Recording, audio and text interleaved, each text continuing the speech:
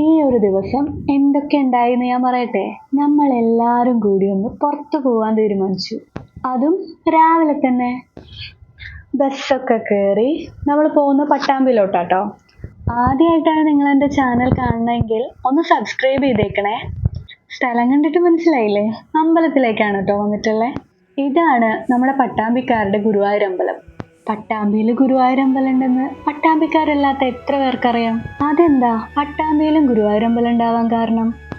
എന്നാ കഥ പറയല്ലേ. പണ്ട് പണ്ട് പണ്ട് പട്ടാമ്പിയിലെ പടിഞ്ഞാറേമഠം എന്നൊരു തറവാടുണ്ടായിരുന്നു. ആ കുടുംബത്തിലൊരു കാരണവര് വലിയ ഗുരുവായൂരപ്പന്റെ ഭക്തനായിരുന്നു. എല്ലാ മാസവും അദ്ദേഹം ഗുരുവായൂർ അമ്പലത്തിൽ പോയി തൊഴുവായിരുന്നു. ഈ പുഴയുടെ വക്കത്തുള്ള സ്ഥലം അദ്ദേഹത്തിന്റെ ആയിരുന്നു. അവിടെ അദ്ദേഹം ഒരു ഊട്ടുപുര സ്ഥാപിച്ചു. വയസ്സാവും തോറും അദ്ദേഹത്തിന് ഗുരുവായൂർക്ക് പോവാൻ വയ്യാതായി. എന്നാലും കണ്ണനെ കാണാൻ വേണ്ടി ഗുരുവായൂർക്ക് പോവാൻ തീരുമാനിച്ചു. അങ്ങനെ യാത്രാമധ്യേ അദ്ദേഹം ഇവിടെ വിശ്രമിക്കുകയാണ്. അന്നേരം അദ്ദേഹം ഒരു അശരീരി കേൾക്കുകയാണ്. ഗുരുവായൂരമ്പലത്തിലെ ഗുരുവായൂരപ്പന്റെ അതേ സാന്നിധ്യം ഇവിടെ ഉണ്ടാവുമെന്ന്. ഇനി കണ്ണനെ കാണാൻ വയസ്സാം കാലത്ത് വയ്യാതെ അത്രയും ദൂരം വരണ്ടാന്ന്. അങ്ങനെ മൂപ്പര് ഇവിടെ ഒരു ഗുരുവായൂരപ്പന്റെ അമ്പലം പണിയാണ്. ചതുർബാഹുവായ ഗുരുവായൂരപ്പന്റെ പ്രതിഷ്ഠ. ആരേലും ഗുരുവായൂരമ്പലത്തിലേക്ക് എന്തേലും വഴിപാട് കൊടുത്ത് മുടങ്ങിപ്പോയിട്ടുണ്ടെങ്കിൽ ഇവിടെ കൊടുത്താലും മതി എന്നാണ് വിശ്വാസം. എന്നാ ഇവിടെ നേർന്ന വഴിപാട് ഇവിടെ തന്നെ കൊടുക്കുകയും വേണം. അതുമാത്രല്ല കേട്ടോ, ഇവിടെയുള്ള കണ്ണനെ കല്യാണ കണ്ണനായിട്ടും വിശ്വസിക്കപ്പെടുന്നുണ്ട്.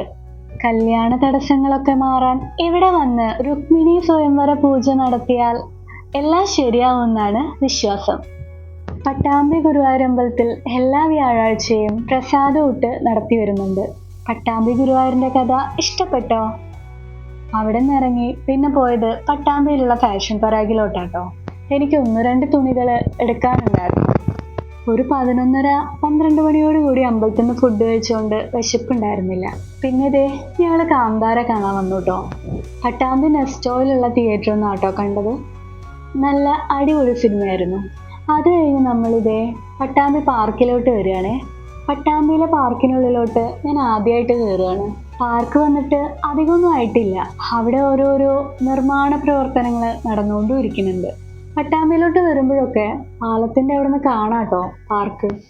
നമ്മുടെ MLA മുഹമ്മദ് മുഹസിനാണ് ഇങ്ങനൊരു പാർക്ക് ഇവിടെ ഉണ്ടാക്കിയിട്ടുള്ളത്. പുഴയോട് ചേർന്നിട്ടുള്ള ഈ ഒരു ഏരിയയെ ഇത്രയും ക്രിയേറ്റീവായി ഇങ്ങനൊരു പാർക്ക് ഉണ്ടാക്കിയപ്പോൾ ഭയങ്കര രസമുണ്ട് കേട്ടോ. ഈ പാർക്കിനകത്ത് ഒരു ഓപ്പൺ ജിം ഏരിയ ഉണ്ട്.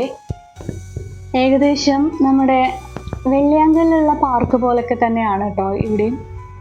അത്രയും ഒരു ഏരിയ ഇല്ലെങ്കിലും പുഴയോട് ചേർന്ന് കിടക്കുന്നതുകൊണ്ട് ഒരു റിസംബ്ലൻസ് തോന്നി കേട്ടോ. പിന്നെ നമ്മുടെ പുതിയ പാലത്തിന്റെ പണികൾ അപ്പുറത്ത് നടക്കുന്നുണ്ട്.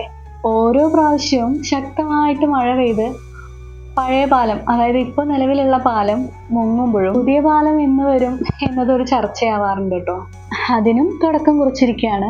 ഞങ്ങൾ പോയ ദിവസം കുറച്ച് കുട്ടികളൊക്കെ ഉണ്ടായിരുന്നു കേട്ടോ.